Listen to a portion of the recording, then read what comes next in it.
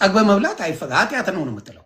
ጠግሞ እግዚአብሔር መሰክሬ ጠግቦ መብላት ኃጢአት ነው በኦርቶዶክስ ትክክል ኃጢአት ነው።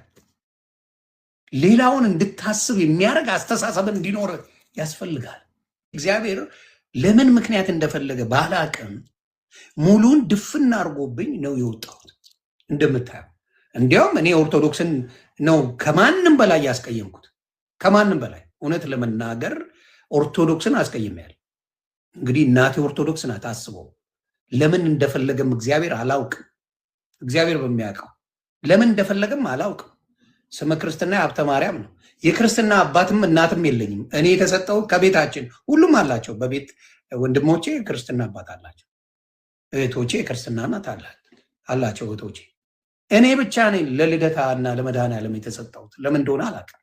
የኔ የክርስትና አባትና እናት እናትና ልጁ ነው ተብዬ ነው የተሰጠሁት። ሀብተ ማርያም ተብዬ ለማርያም ነው የተሰጠሁት። ገባ ግን አላውቅም ለምን ብሎክ ተደርጎብኝ ጭንቅላቴ ላይ ወደዛ እንዴት የማውቀው ታሪክ የለም። እዛ ሆኜ እንዴት ጨቀጨቁ እንደነበረ የምታውቀው ነው።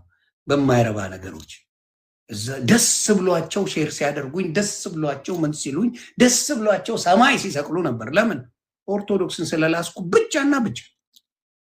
እኔ ብዙ አስቀያሚ ነገር 8 ወር ብያለሁ።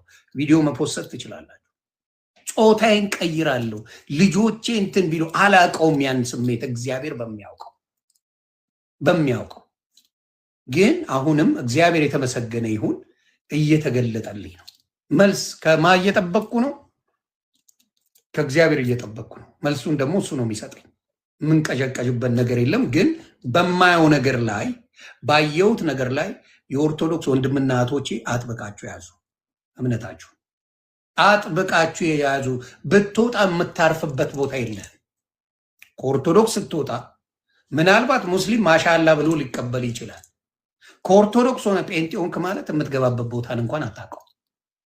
ይሮኒ ብናው የት እንደምታርፍ። እኔ አሁን ማረፊያ የለኝ።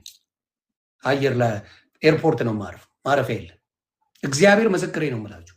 ብትወጡ እንኳን ከኦርቶዶክስ ማረፊያ እንደሌላችሁ በደንብ አድርጌ እነግርሃለሁ። በደንብ አድርጌ ነው ይሄን የምነግርህ። ማረፊያ የት ነህ ብትባል ማረፊያ የለህ።